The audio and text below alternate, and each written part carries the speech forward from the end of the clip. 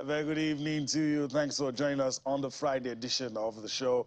It's the last one for the week. We promise to make it worth your while. I'm Yemi Adebayo. Well, of course, it's day 2 of the Commonwealth Games, the one in Birmingham. And of course, we will be talking about everything happening in and around the games, especially as it concerns Team Nigeria.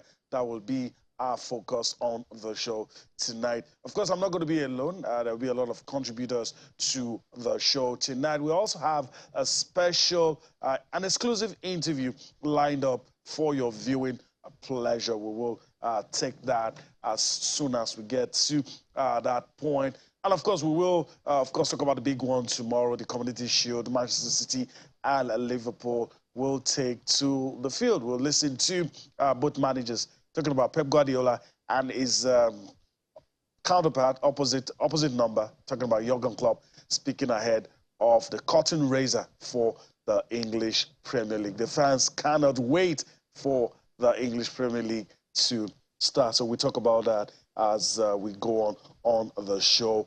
And of course, the show will be dominated by everything happening in Birmingham. So we will take a look at some of the things that happened today and how Nigeria is preparing for everything.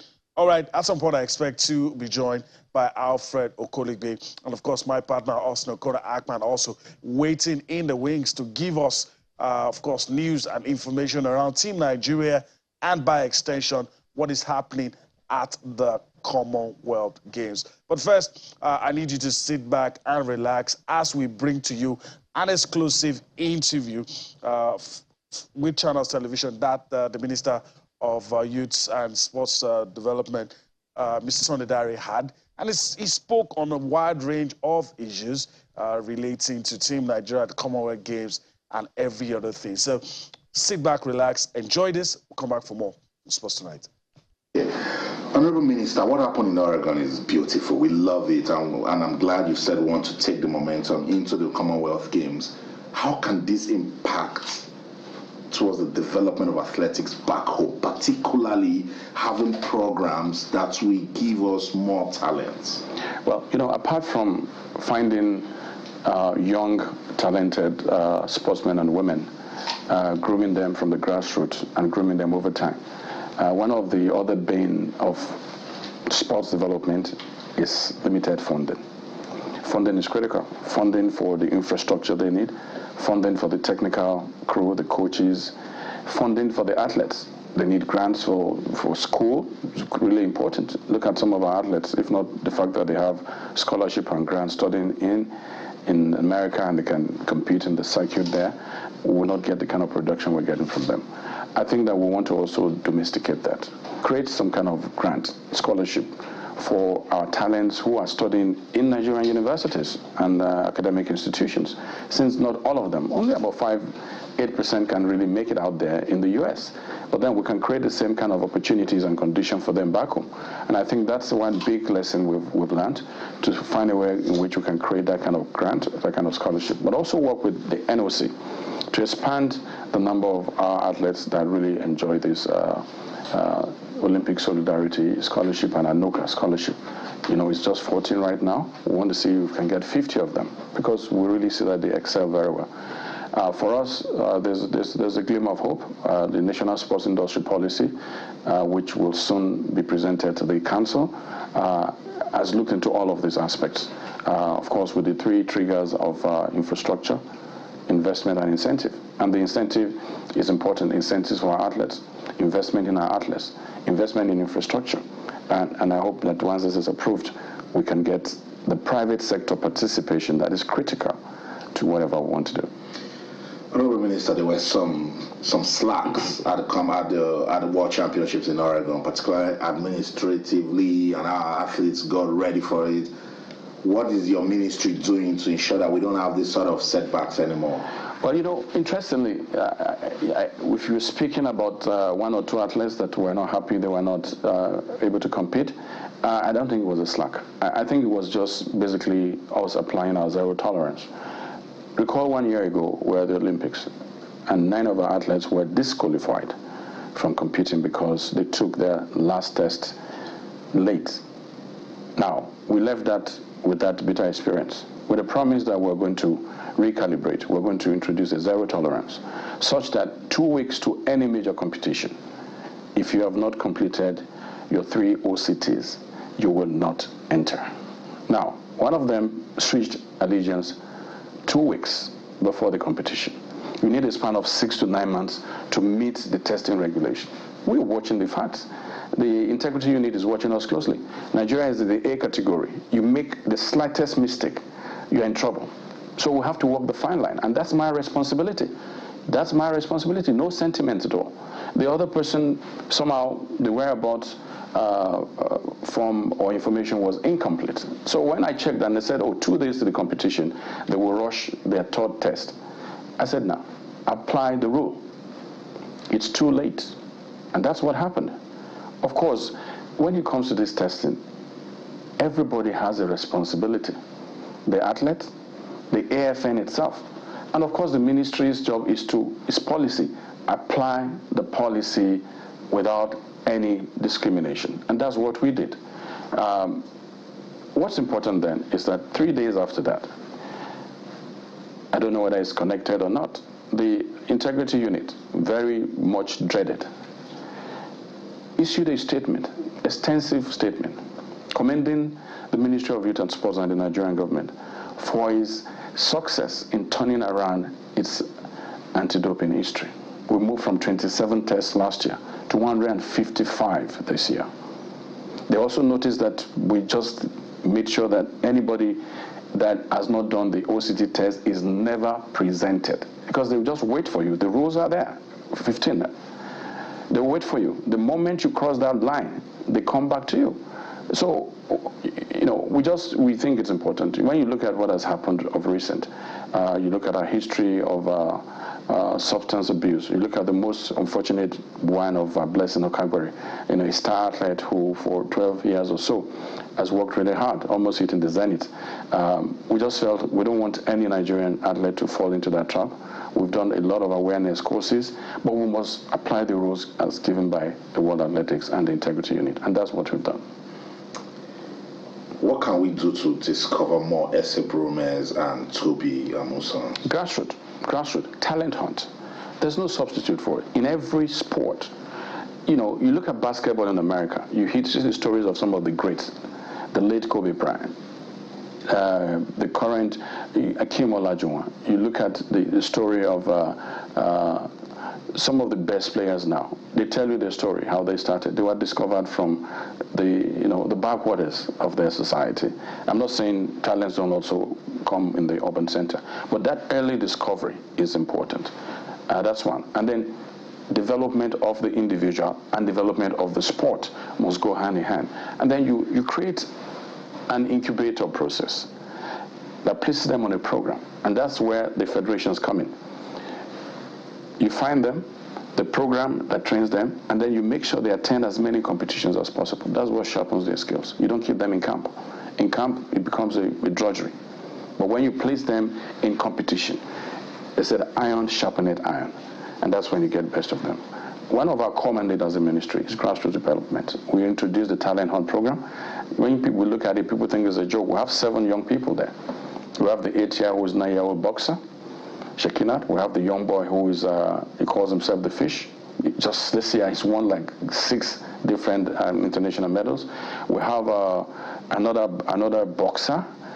We have the Yakubu sisters. I can go on and on. And we've placed them on support, which is a flat support. They have international events. We try to chip in money for their tickets until the federation can take them on fully.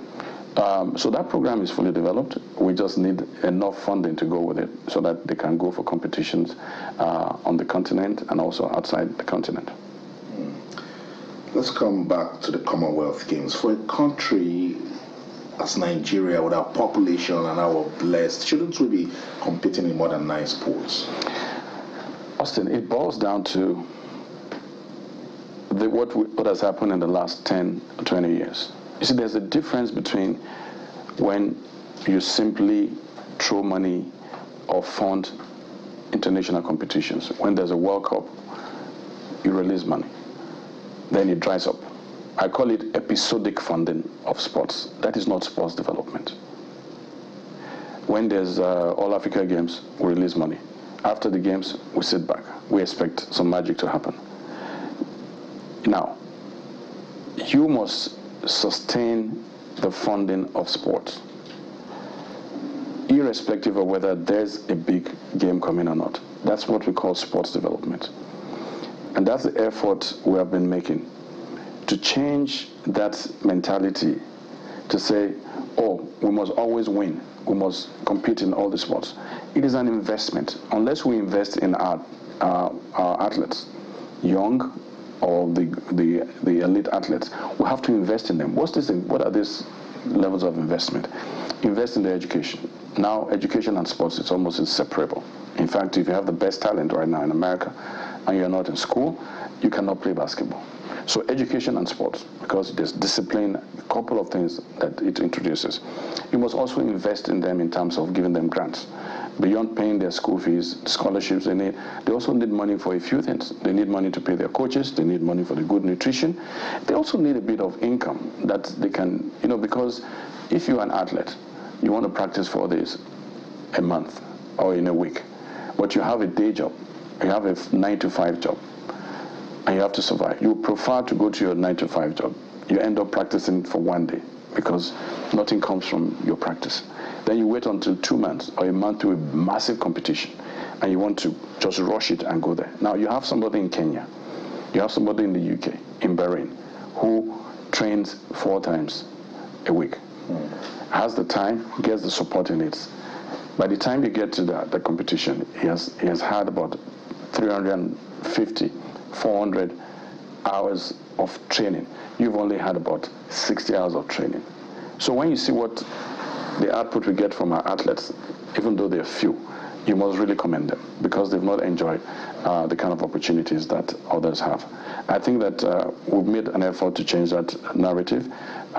Sports has been funded as a service, which has been turned into business. The moment we have that business model take place, basically, that's it. Being an athlete is a full-time job. You don't need to combine any job with it. That's it. You should get paid for it, for training consistently when nobody is looking, and then people respect you for it. That's what's been done in other countries. The result cannot be different for us. And I think that once we get that right, we'll be able to compete in more than 10 sports. Because when you are in a particular sport, and your country is 250 in the ranking in the world, I can't bring somebody who is 250 in a particular sport to the Commonwealth. What do I intend for him to achieve? He's not going to win. That's not going to happen. Most of the sports we came in were between the 1st, the 25th, or the 45th or 50th. So that sounds really right. But then if we have this development and we fall within the rank of the 1 to 100 in the world, we'll do that. We'll take that chance. Let's wrap this up with what we can do as a country to ensure that welfare is no longer a problem. Because almost every competition, you get athletes who complain about they didn't take care of us, and then now we're winning and the country is jumping at it. What can we do? What monitoring process can we put in place to ensure that we take care? Well, I think that sometimes it's important that Nigerians and the media does not take all of this face value. It's important that you do proper investigation. I just told you right now that 14 of our athletes in the last 3 years or 4 years have been on scholarship processed by the government through the NOC. As we speak, some of them are on $1,000 monthly pay. They enjoy scholarship. Who are those athletes? The facts are there. Issa Brume, Toby Amusa, and a couple of others. NOC, the documents are there. And this is continuing. That's important. It's an investment. It's been going on, and they will enjoy this until the Olympics 2024. That's one aspect of it. But also, when it comes to these competitions, like I said, our budget is limited. We have to apply for a presidential intervention fund to say we're going for X competition. There's a difference, there's a gap between approval and cash backing. We cannot really move as fast as we can. And then when smack in the middle of a competition, you get people saying we want our allowances increased. Government doesn't work that way. if you want your allowances increased, you make that presentation much earlier. I will put it in my budget. Everything is budgeted for, and we have to spread it across federations beyond coming to competitions. So I think there's also this feeling that government has so much money, and the moment you say you want an increment, you get it automatically. No, there's a process. You know it the way it is. I can't spend beyond what I have in the budget. I won't even get the release of the money. So we've tried to raise our budget every year, but we operate under an envelope.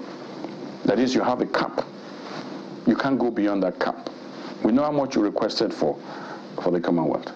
We know how much we got. And we have to sit down and manage the resources we have to make the country look good. But without any doubt, I think that our athletes deserve increased allowances. And that's a conversation we can have. It doesn't have to become a case of protest. It's a conversation that's constantly on. The workers of our country want more money. The civil servants want more money.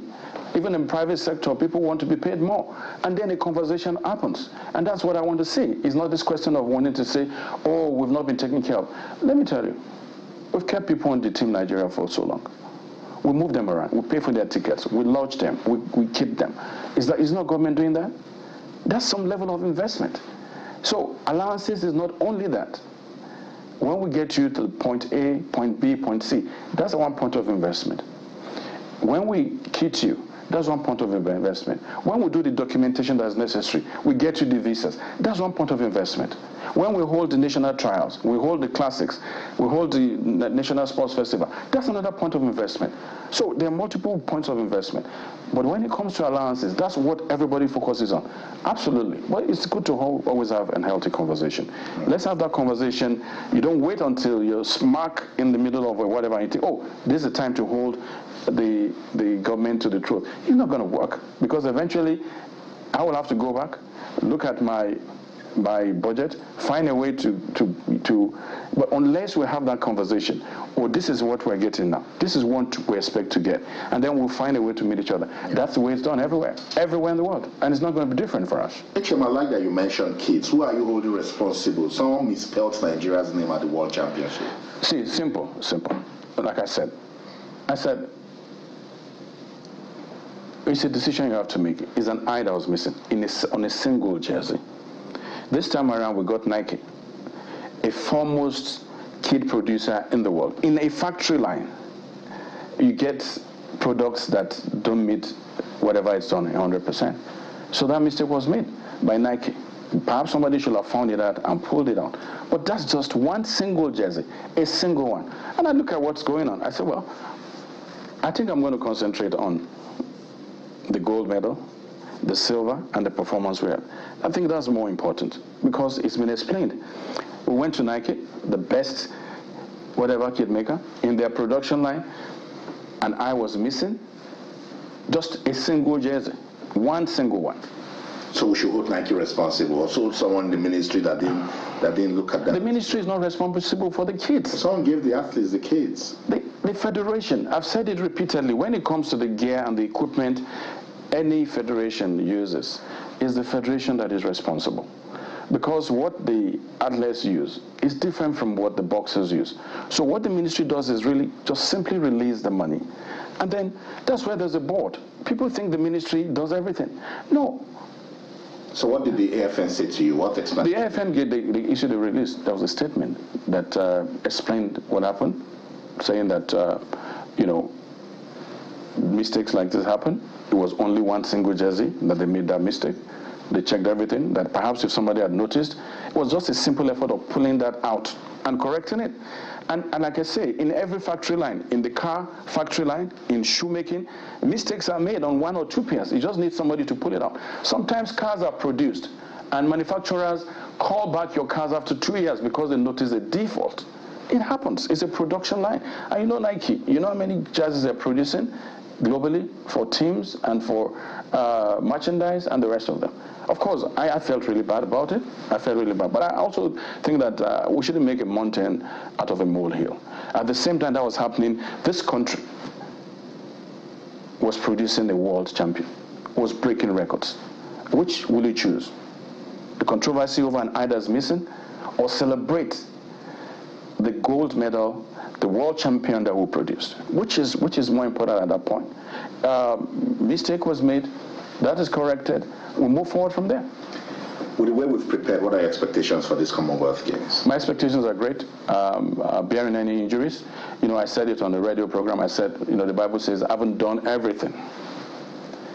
Stand still and assured. That's my position. The players have done their best. They've logged in several hours of efforts, sacrifice, off the radar. And I think that their reward comes from getting this opportunity at the Commonwealth, getting this platform to be able to exhibit and make podium performance. I hope and I pray that when the time comes and they get on the track, on the field, wherever, these ones will be fired up to give their very best. Thank you very much, Honorable Minister, for your time. Thank you. Thank you.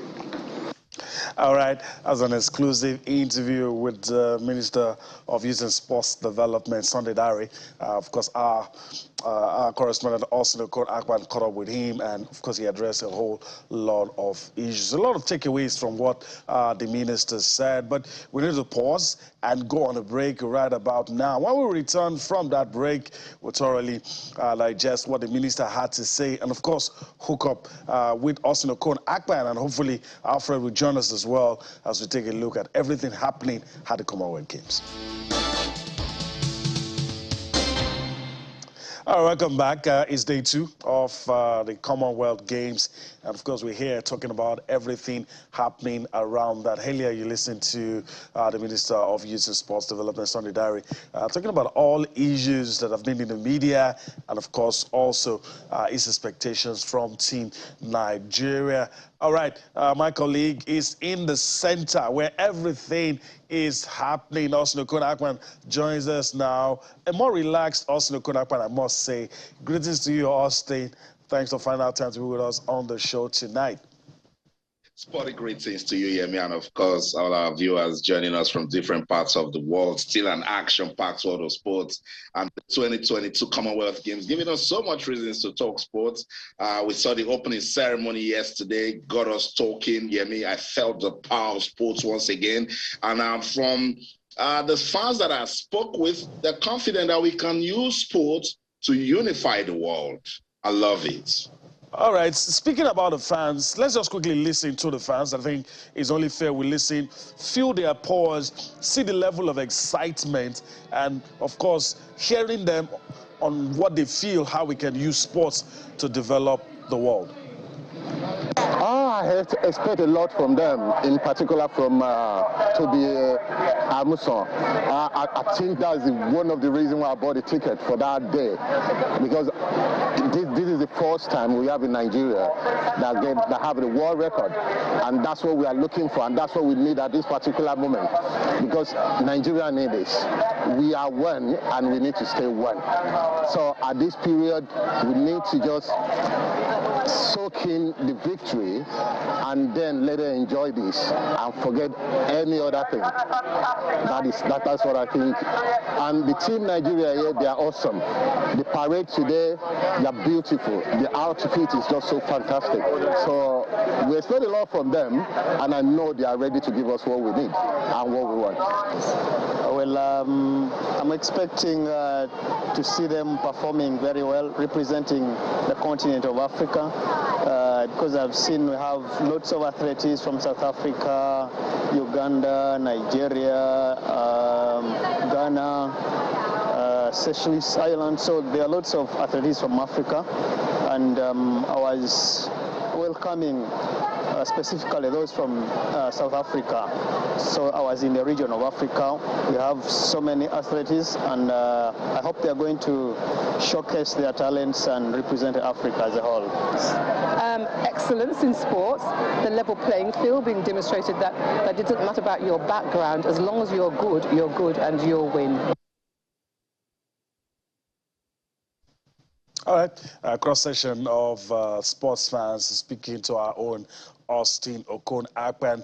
Austin, I mean, those guys, all of them, really, could have gotten more, but even the ones that we were able to get, all of them very happy that the Commonwealth is Commonwealth Games is currently going on, and they seem to agree on what sports does in terms of unity. The first guy who spoke to, truly understands the power of sports. And even Daniel Onyali, who spoke to us yesterday, said this couldn't have come at a better time for Nigeria, especially with all of the news we've been getting of late. But this just helps us, gets us into the kind of mood we have. And surely if we have more of this, maybe it helps us with some of the gloominess that has, enveloped us in recent weeks.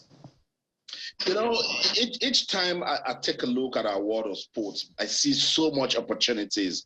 Yesterday at the opening ceremony, Prince Charles described sports as an enabler. He also said sports is what we can use to heal the world. And I totally agree, you know. And that's why I say for Africa, let's see beyond competitions. Let's start using sports to transform lives, you know, to add to our economy. That's what they're doing in England. They don't mess around with the English Premier League. It contributes greatly to the GDP. And that's what we should start thinking about. And for the guys that traveled far and near to come for the Commonwealth Games, it's beyond coming to compete. They want to meet new people. They want to show some love. Yesterday, I felt the passion during the opening ceremony. Some people were crying. You start wondering why they're crying, but just think about it. At the Alexander Stadium was filled to capacity. People want to just meet people, you know, feel what it is to be in that kind of atmosphere where you're not just competing, but all of these lights going out just to celebrate, you know, sporting moments. I love it, and I just hope that the sports diplomacy arm of development will be utilized. So when I was talking to the minister, I said, what are they doing to ensure that they, you know, strike strategic partnerships with some of these Commonwealth countries that we can use, you know, to develop sports in Nigeria? To the table.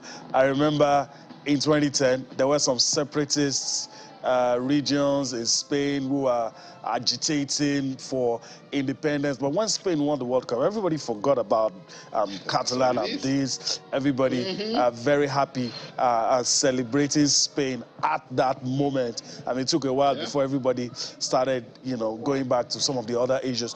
Alfred Okoligbe is with us as well. Let's bring him in. Greetings to you, Alfred. Thanks for finding out time to be with us on the show tonight. You've seen everything that's happened for the past 2 days, the opening ceremony and day 2 of the Commonwealth Games. I mean, your thoughts on what you've seen so far? I think it's been awesome. Good evening, Yemi. Good evening, Austin. Austin is having a ball. He's having a ball with the Commonwealth Games and the rest of them.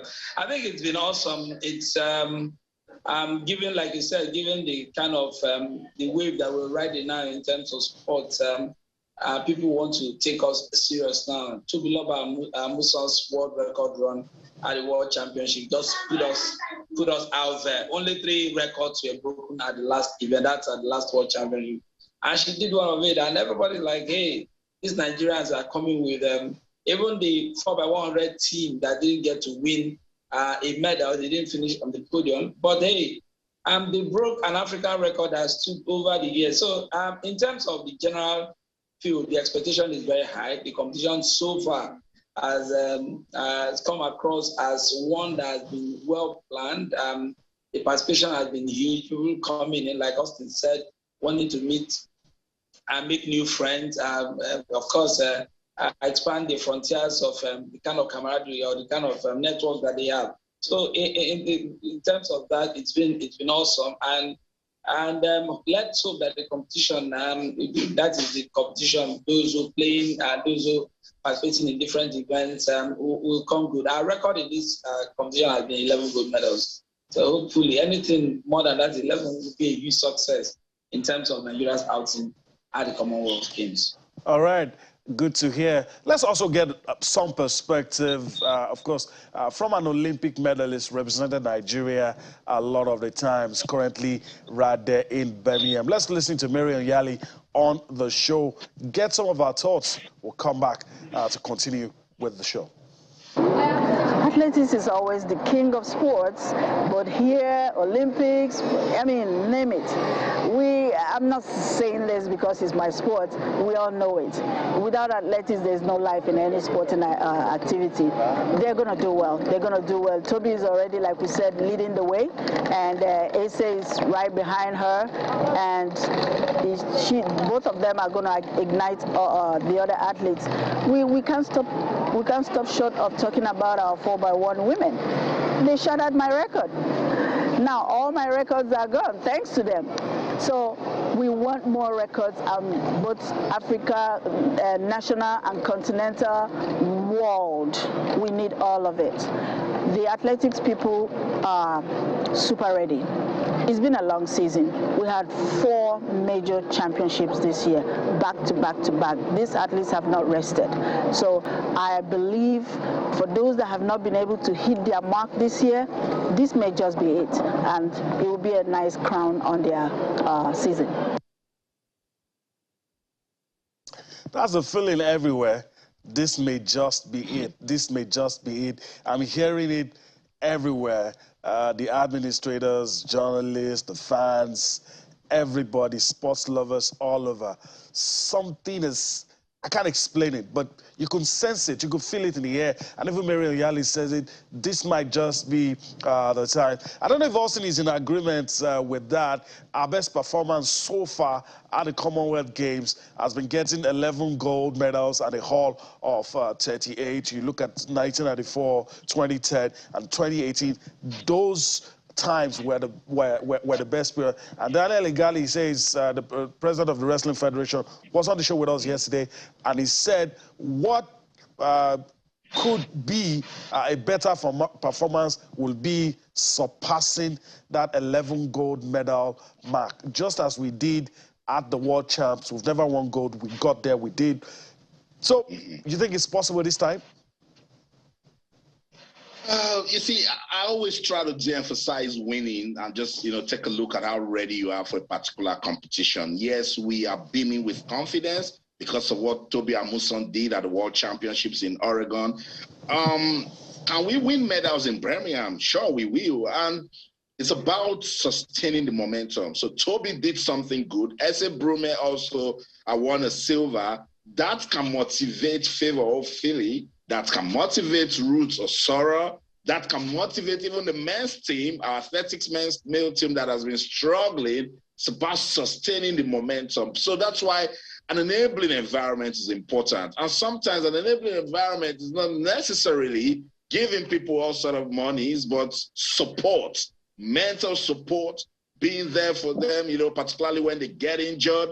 But with what Toby Amusan did at the World Championships, definitely people are looking forward to seeing what Team Nigeria can do. We won 9 medals at the last Commonwealth Games in Gold Coast, Australia.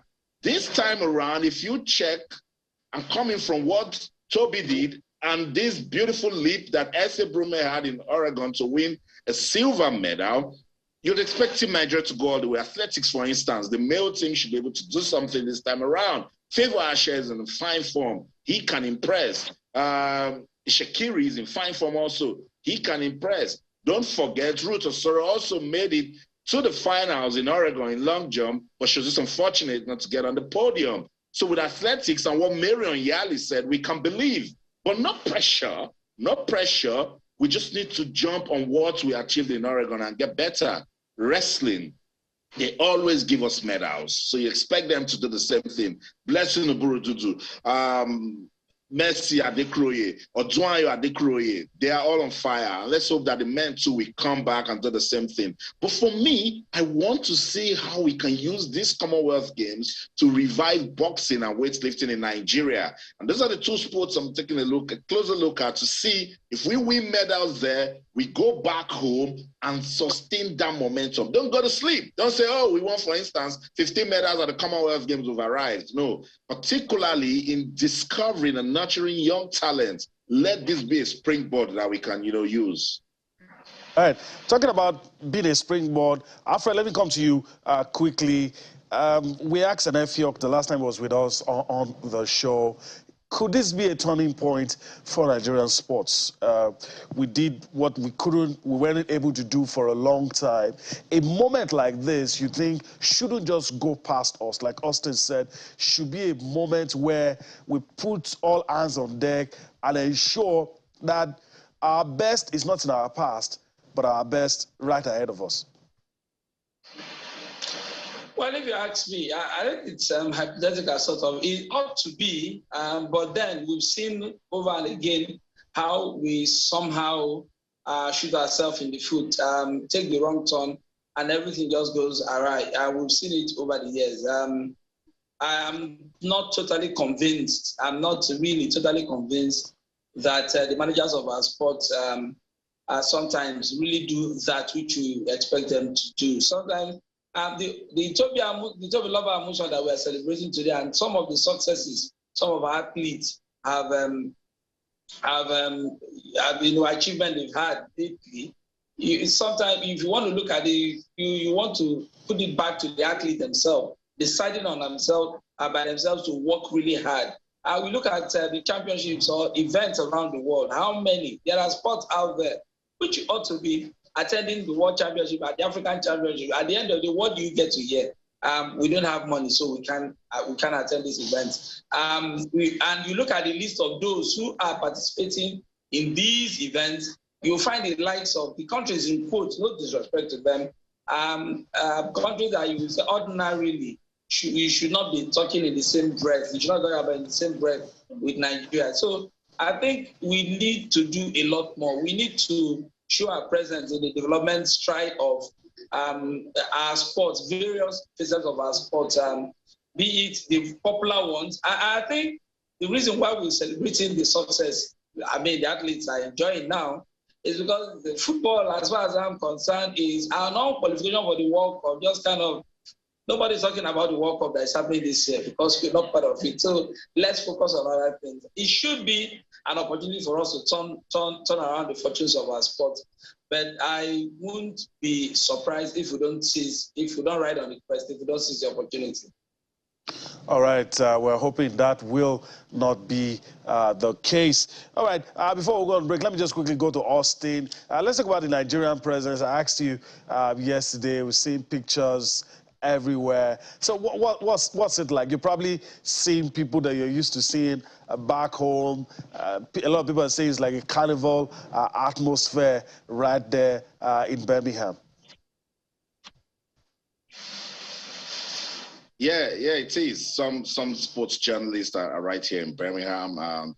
For me, it's like a reunion, seeing some of the guys I haven't seen for some time. Tomorrow, I'll be busy at the Games Village, spend some time with the athletes, Sometimes you don't really want to, go meet them, particularly when they're yet to compete. So it's not, you don't give them some sort of distraction. But yeah, it's been good, meeting new people, not just the guys back home. Some Nigerian journalists based in other countries are right here in Birmingham to cover the games.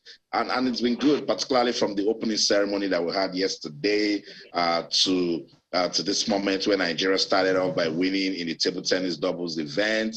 Tomorrow that we're expecting more victories. So it's all about, bonding. It's all about, uniting the world, and that's what sports can do. Talk about uniting the world, see the flags, Nigeria standing strong right there.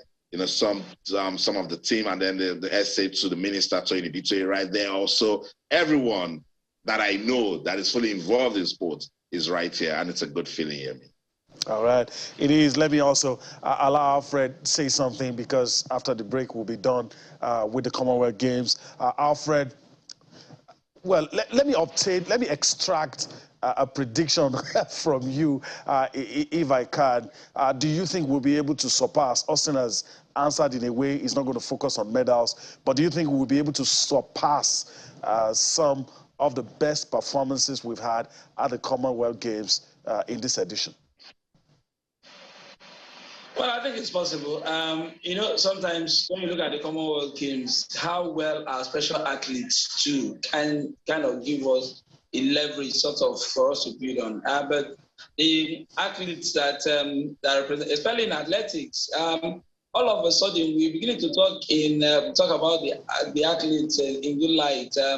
Especially that quartet that finished fourth at the World Championship. I mean, it will be awesome if they get a medal. But I think in all, we have the athletes to do it. Did they get the best preparations? I don't know. Austin was talking about boxers and the rest of them.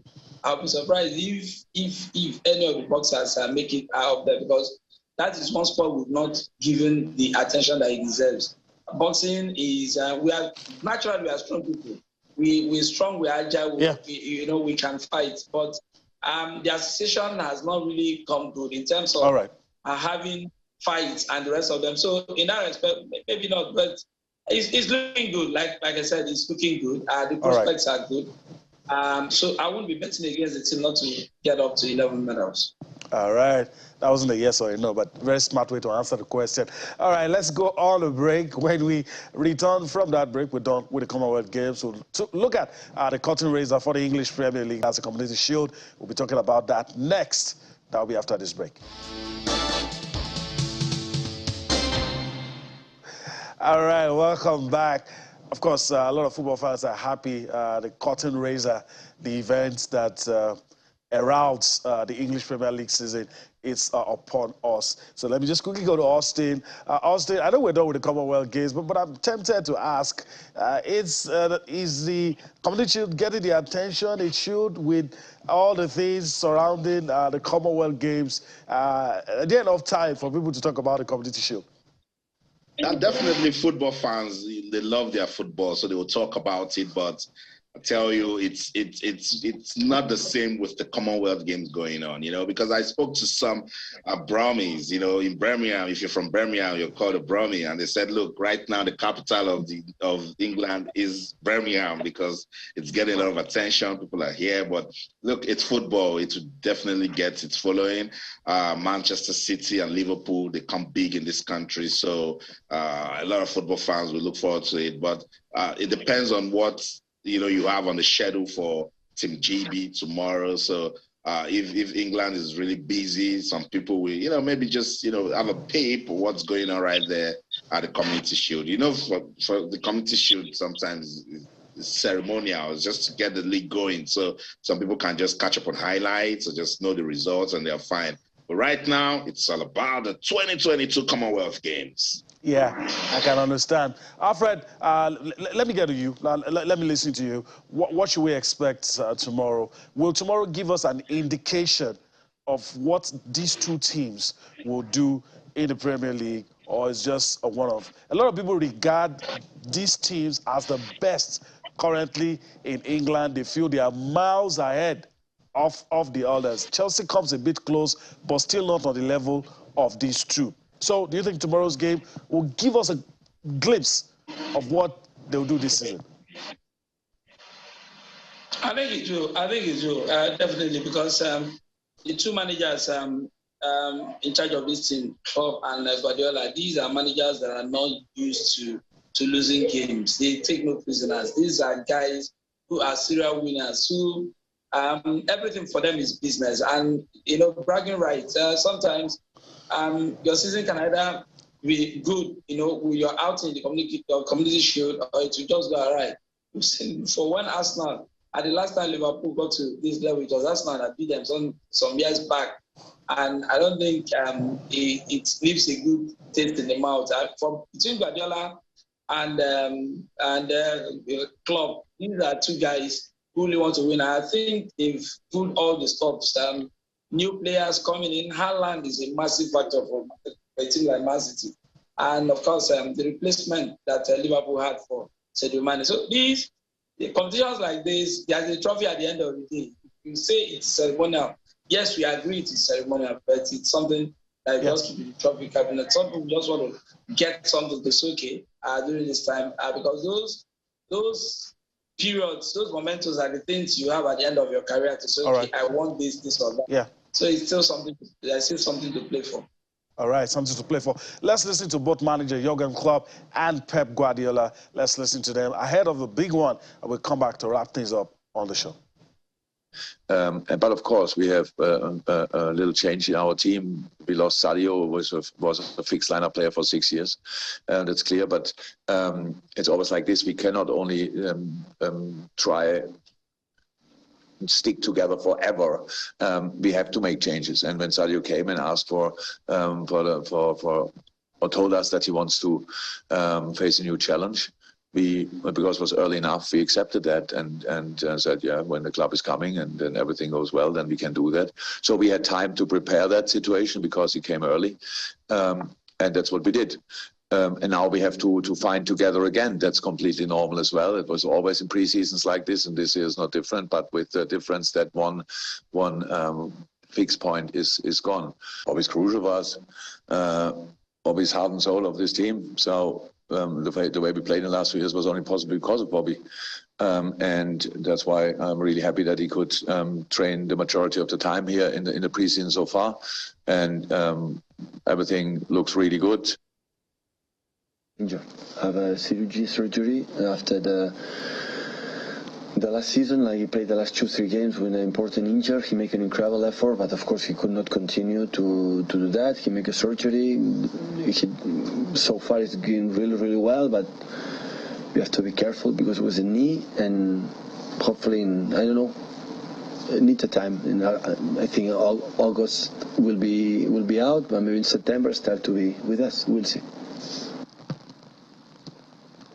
All right, both managers speaking ahead of tomorrow's big game. All right, Alfred, you've said not much. I mean, this game will give us an indication of what the season will look like. Before we let you go, would you be bold enough to predict a scoreline? Well, I want to shy away from this one, but I know that the winner will win. Okay, all right. A very good way to avoid the question. Alfred, we want to thank you for your time on the show today. Hopefully we'll do this again next week. Thank you very much, guys. Good night. Alfred. All right. That's the show today. We do hope that you've enjoyed everything we were able to bring to you. Coverage of the Commonwealth Games continues when you see us. When you see us next week. All right, Austin, I want to thank you for your time as well.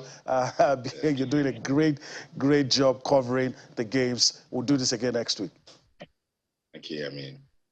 All right, that's the show today. Hopefully we'll be back again next week. Enjoy your weekend, and you see us again next week. I'm Onyali. Bye-bye.